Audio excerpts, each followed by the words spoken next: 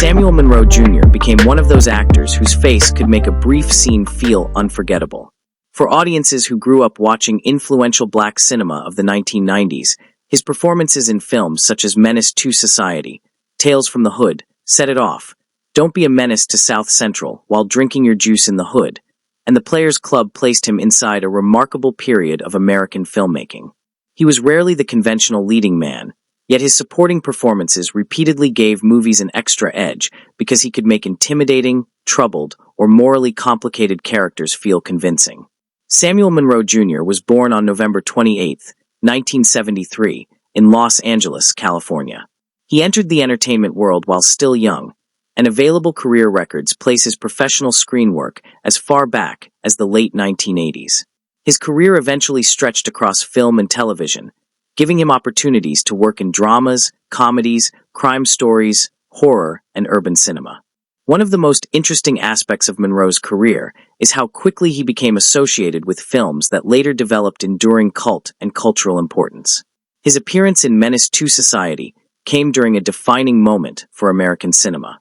Released in 1993, the Hughes brothers film presented a harsh portrait of life, violence, poverty, family, and survival in South Central Los Angeles. Monroe played Eilena's cousin, a relatively small role that nevertheless contributed to the chain of events leading toward the film's devastating conclusion. The role also revealed something that would follow Monroe throughout his career. He was particularly effective at playing characters whose presence immediately communicated danger or tension. That did not mean the actor himself lived like the people he portrayed. In fact, commentary about his work repeatedly distinguished Monroe's real personality from the aggressive characters that appeared on screen. His ability to convince audiences that these characters were unpleasant or threatening was part of his professional skill rather than evidence of his private character. His connection with Menace to Society became even more interesting when the movie was later parodied in Don't Be a Menace to South Central While Drinking Your Juice in the Hood. Monroe appeared in that 1996 comedy as Sam, allowing him to participate in a humorous reinterpretation of the very type of urban character that had helped define his earlier screen work. The contrast between the serious original and the exaggerated parody showed how recognizable the conventions of 1990s urban cinema had become. Monroe also appeared in Tales from the Hood, another influential production from the decade. He played Bulldog in the 1995 horror anthology. The movie combined horror with social commentary, using supernatural stories to explore subjects including racism, domestic violence, political corruption, and street violence. Monroe's presence in the film connected him to a production that developed a loyal following long after its initial release. Then came Set It Off in 1996. Monroe played Lorenz in the crime drama, which starred Jada Pinkett Smith, Queen Latifah, Vivica A. Fox, and Kimberly Elise. The film became another significant entry in 1990s Black American cinema and further established Monroe as a dependable supporting performer within productions centered on crime, survival, friendship, and economic hardship. His work in The Players Club gave him one of his most disturbing characters. In the 1998 film directed by Ice Cube, Monroe portrayed Jr. The character is involved in a deeply troubling assault against Ebony, played by A.J. Johnson. Although the subject matter is difficult, it demonstrated the extent to which Monroe could inhabit a reprehensible fictional personality without confusing that role with his own identity. There was also a lesser-known dimension to Monroe's professional life beyond acting. IMDb's biography identifies him as a multi-talented performer and notes that he was formerly signed to Jive Records and worked with Andre Harrell. This connection to the music business adds an important layer to his story because it shows that his ambitions were not limited to appearing in front of a camera. He had an interest in the wider entertainment industry and pursued opportunities across different forms of media.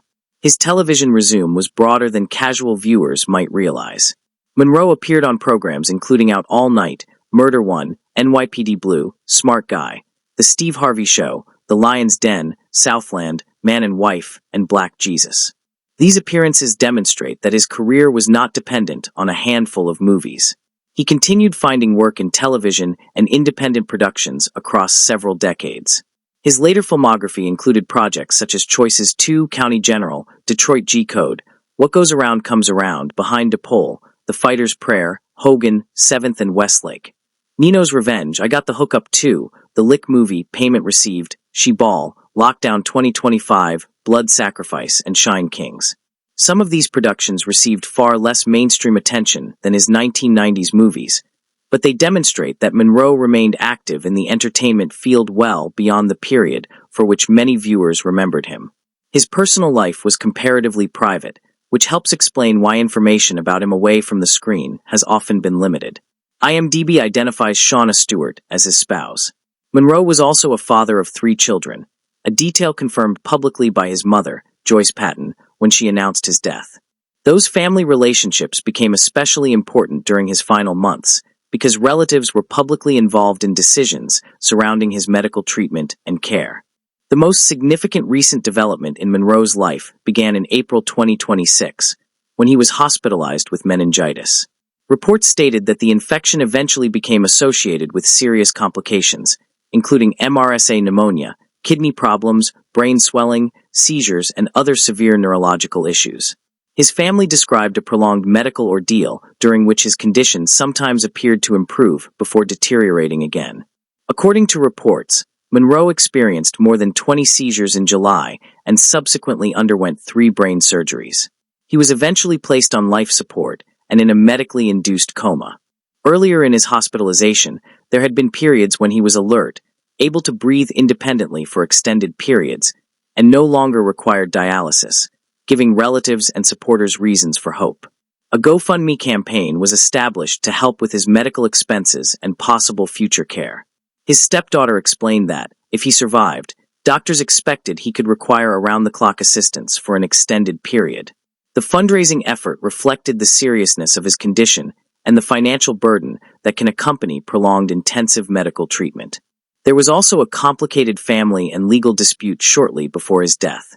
On August 25, 2026, TMZ reported that Monroe's mother, Joyce Patton, had filed a petition seeking conservatorship over her son. According to the court-related report, Patton questioned whether Monroe and Shauna Stewart were legally married and said Monroe had been living with her for years. Stewart disputed the situation and said she believed Monroe did not want his mother controlling his finances or decisions. Those claims should be treated as allegations in a legal dispute rather than established facts about the family's private relationships. The important confirmed point is that a conservatorship petition was filed and that there was disagreement between Monroe's mother and the woman identified publicly as his wife over authority concerning his care and finances. This became one of the most closely watched developments surrounding him in the final days of his life. The medical crisis ultimately became fatal. On August 27, 2026, reports confirmed that Samuel Monroe Jr. had died at age 52 after his prolonged battle with meningitis and its complications. His mother publicly announced the death and asked people to pray especially for his 3 children and the rest of the family.